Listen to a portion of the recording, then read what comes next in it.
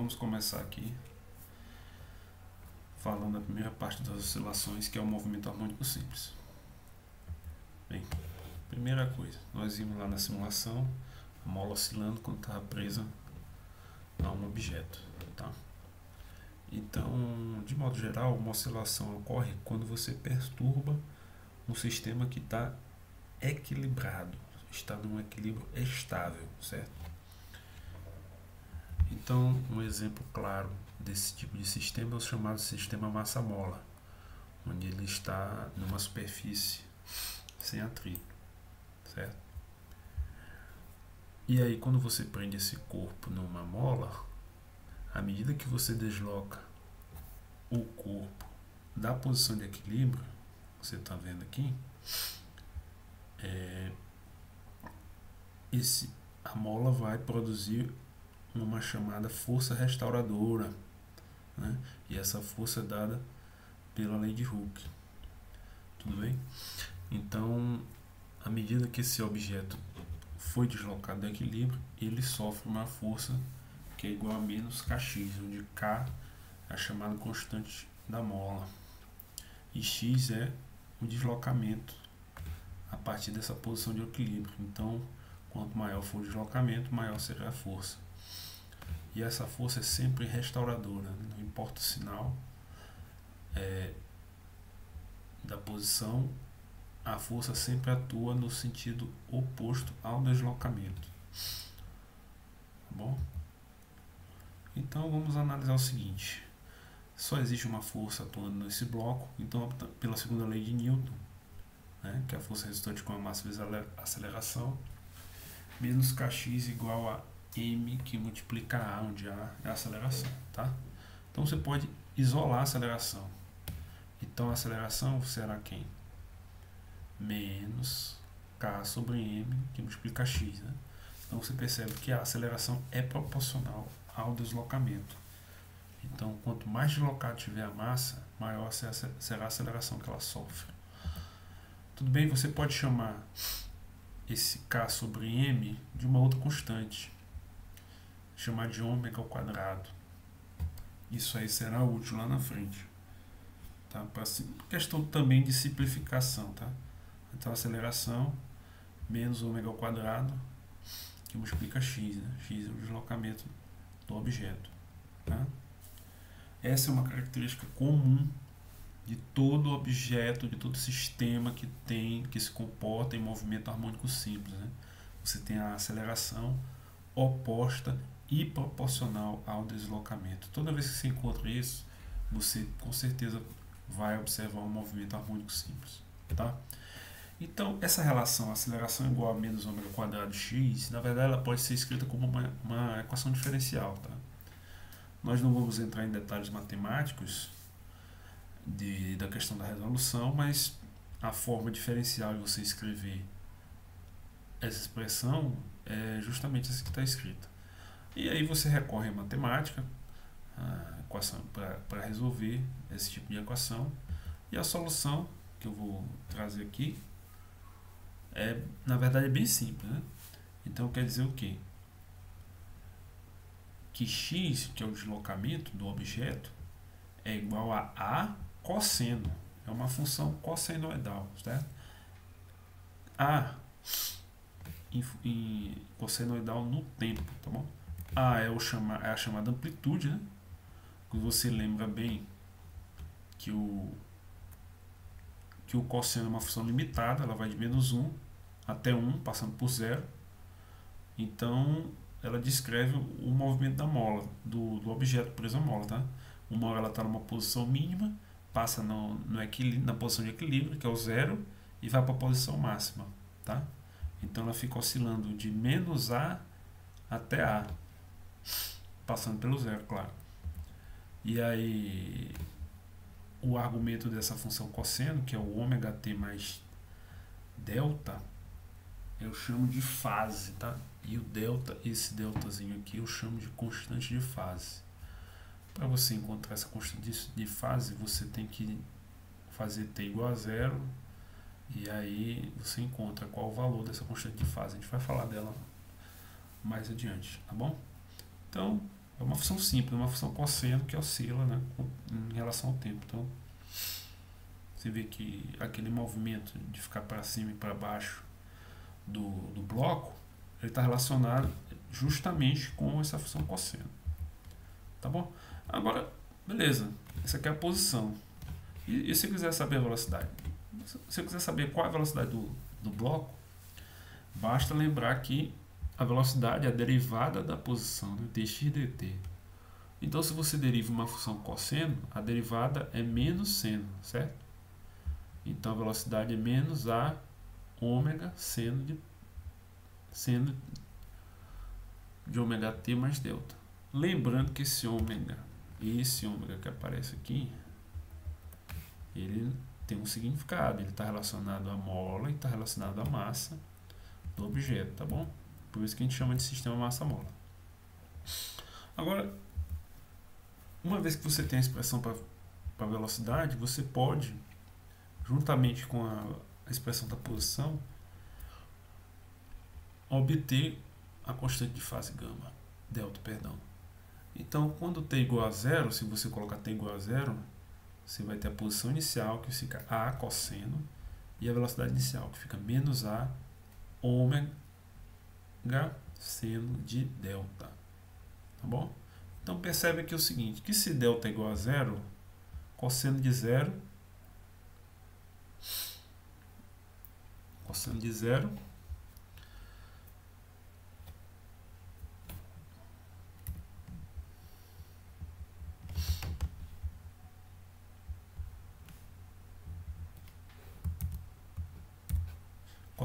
é 1, né? Então a posição inicial fica justamente x0 igual a a.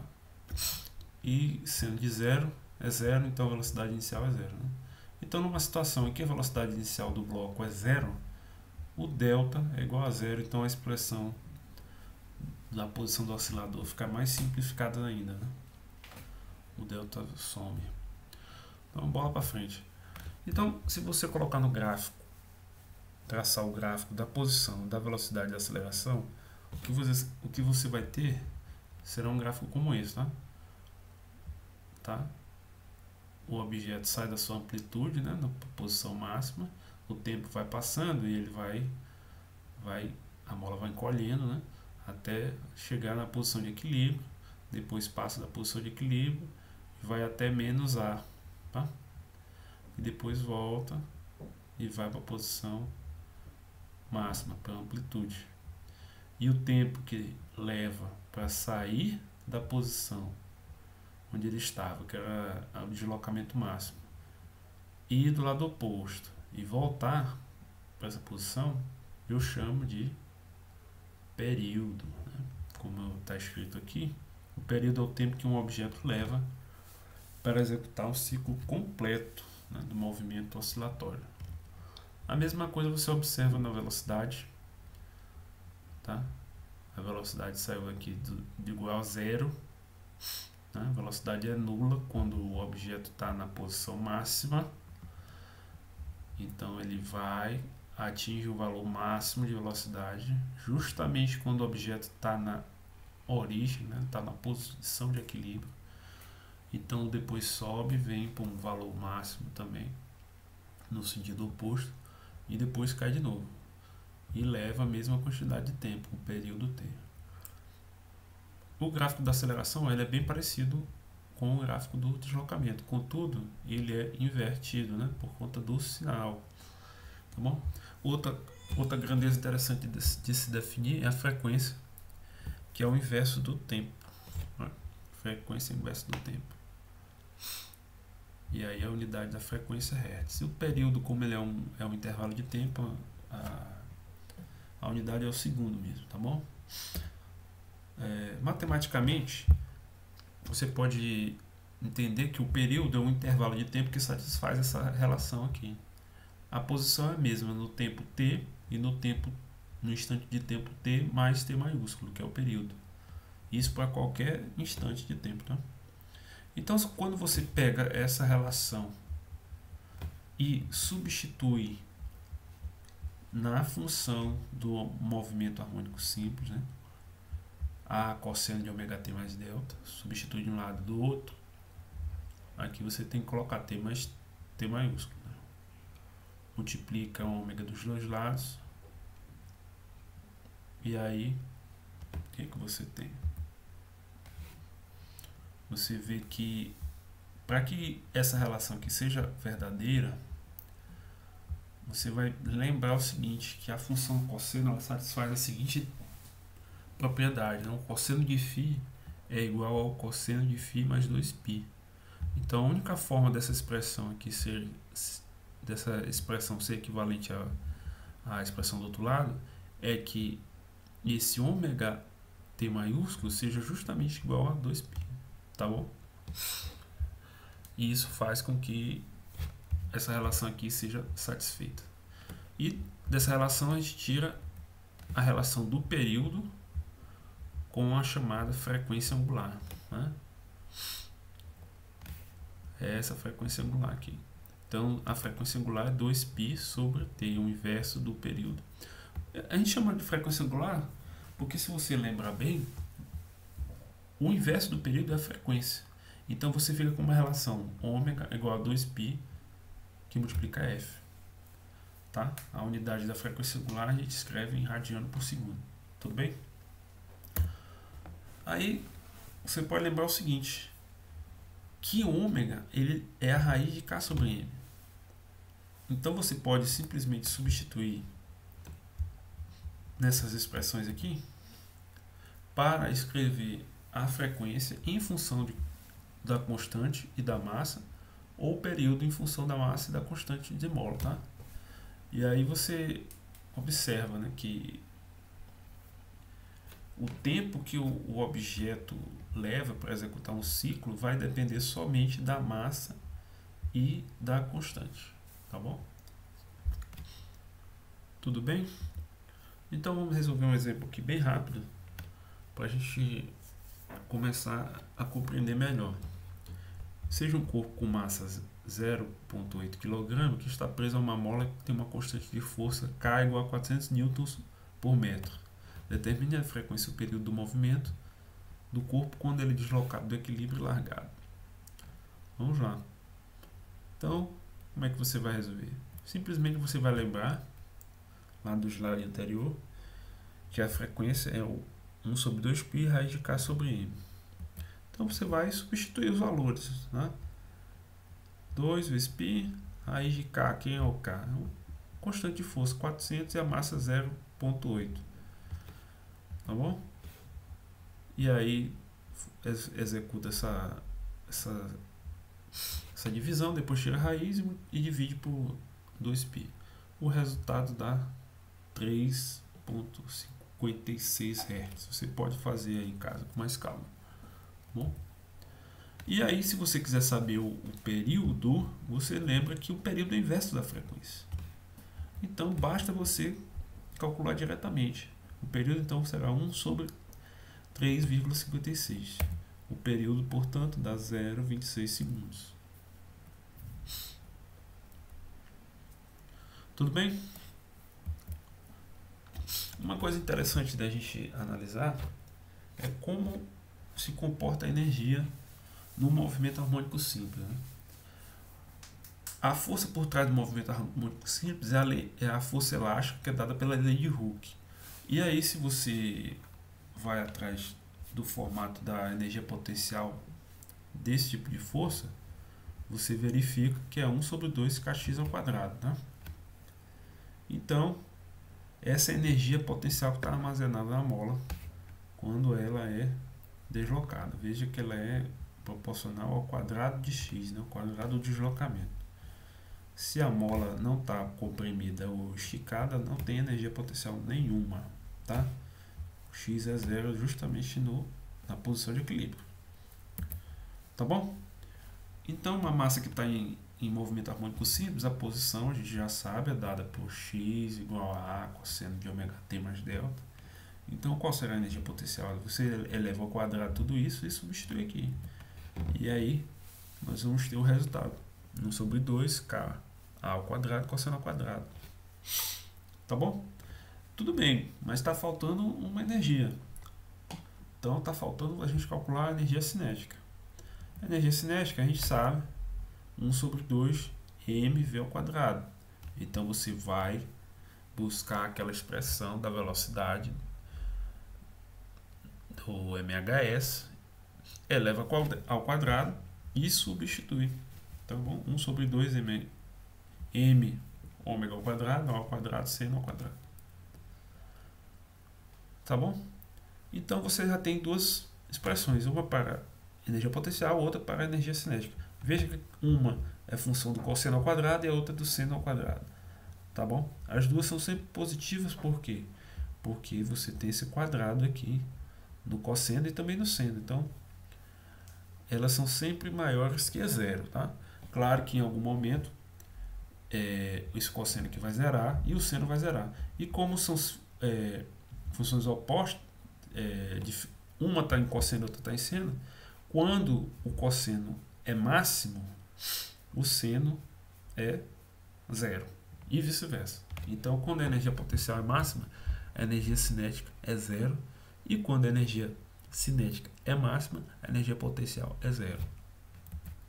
Tá bom? A gente pode fazer uma pequena manipulação aqui, lembrando que o ômega ao quadrado é K sobre M, e substitui K minúsculo, substitui aqui na expressão da energia cinética. Quando a gente substitui, a expressão fica até mais simples. Fica, né, energia cinética 1 sobre 2, K minúsculo ao quadrado, seno. Tá?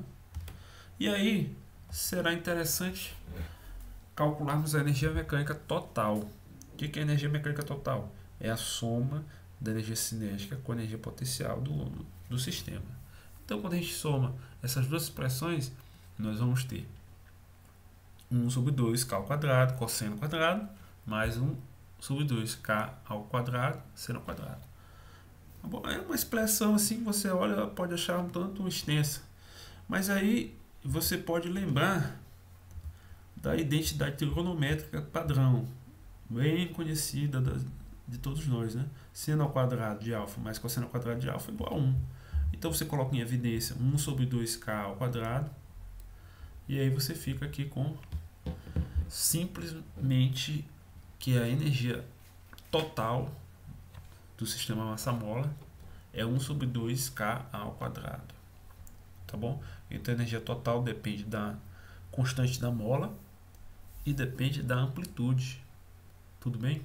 Quanto mais esticado for essa mola, maior será a energia do oscilador. Tá? Então veja que não há nenhuma dependência da massa. Você pode colocar qualquer massa e isso não vai influenciar na energia total do oscilador harmônico. Certo? Ou seja, essa energia ela é uma constante, ela é conservativa. Né? O tempo passa, ela permanece sempre o mesmo, a mesma. Tá? No sentido, por que ela é sempre a mesma? Porque quando, como eu já expliquei, quando o cosseno está no zero, o seno está no máximo, e vice-versa. Então, no final das contas, essa soma aqui das contribuições da energia potencial e da energia cinética dão sempre a mesma coisa, tá? Esse valor constante, tá?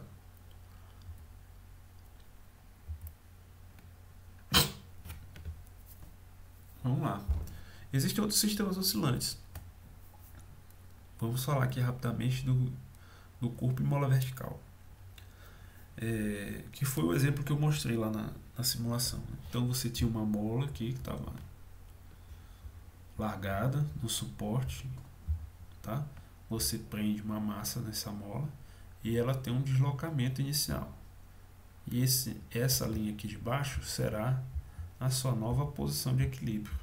É em relação a essa posição aqui que o objeto irá oscilar. Você pode analisar um pouco melhor da seguinte forma: quando você prende o corpo, ele se desloca por esse valor y0. Pela segunda lei de Newton, você iguala, né? São duas, enquanto o objeto está em repouso, claro. As duas forças são iguais e opostas, né? A força elástica e a força peso. Então você iguala aqui KY0 igual a mg. Então você joga K para o outro lado e aí você fica aqui y0, né? esse deslocamento inicial da mola, mg sobre k, tá bom? Então, como a posição de equilíbrio da mola será, de equilíbrio do sistema massa-mola será aqui em y0, então a força da lei de Hooke você tem que escrever como sendo menos k, y, que é uma posição qualquer que o objeto esteja, menos y0, que é a posição de equilíbrio, tá? E aí você pode fazer uma mudança de variável sem problema nenhum, tá? Para simplificar mesmo a expressão, e chama y menos y0 de y'. Então a força da lei de Hooke se torna menos k y'. Não tem problema nenhum fazer isso. Por que eu fiz isso? Porque eu fiquei com uma força idêntica àquela que a gente observou lá na mola na horizontal.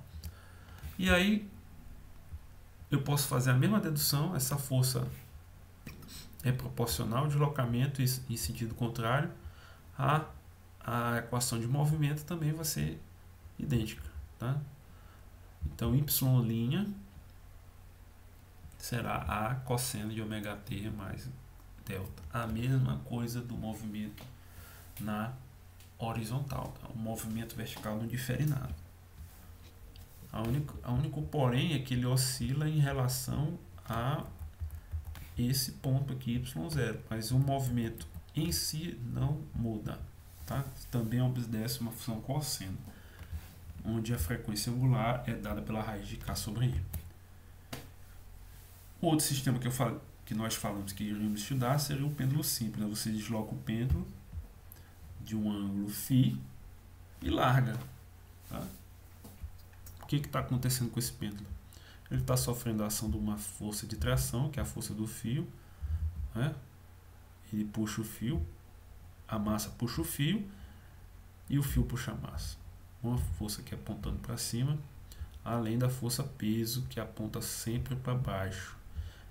Essa componente, essa força T, ela está sempre apontando para esse centro aqui de rotação, tá? Então você larga o objeto e ele começa a oscilar. Então você pode entender da seguinte forma, que aqui você, ao invés de tratar de x e y, você usa o sistema de coordenadas da seguinte maneira: uma componente tangencial, tá? Essa componente aqui que está tangente ao arco de circunferência que o pêndulo executa, e uma componente radial, tá? Que aponta assim, que está na direção do raio dessa circunferência.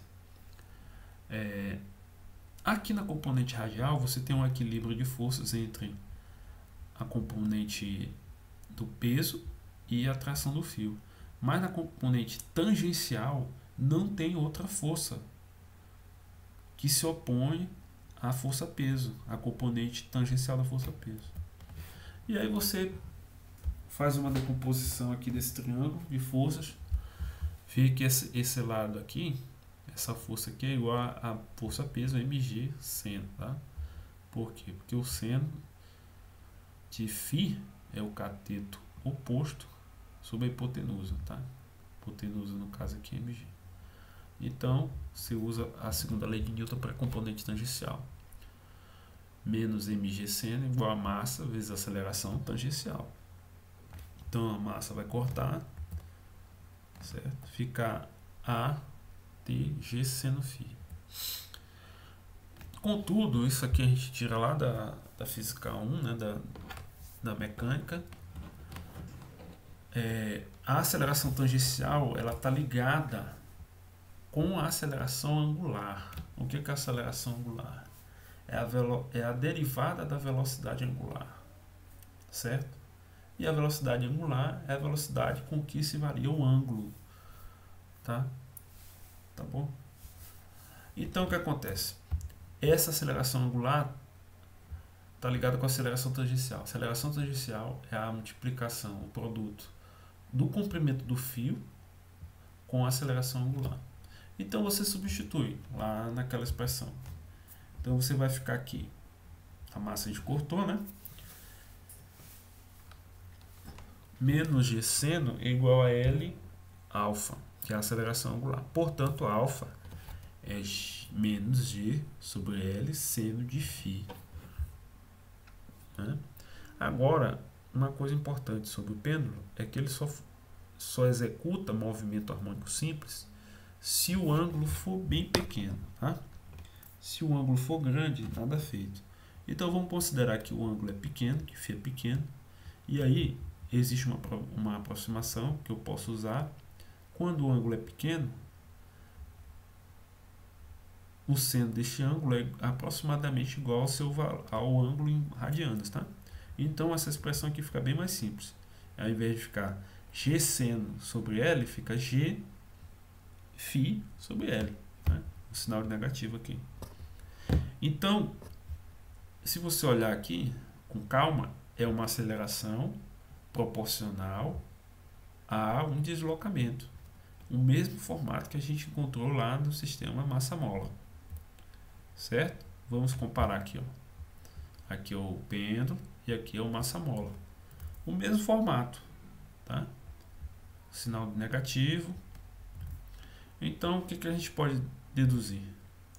Que para o pêndulo simples, o movimento será feito em relação ao ângulo, claro, φ igual a φ0, que é o deslocamento máximo, né, amplitude, cosseno de ômega-t. Agora, quem é ômega? No caso do pêndulo, você faz aqui uma igualdade, né?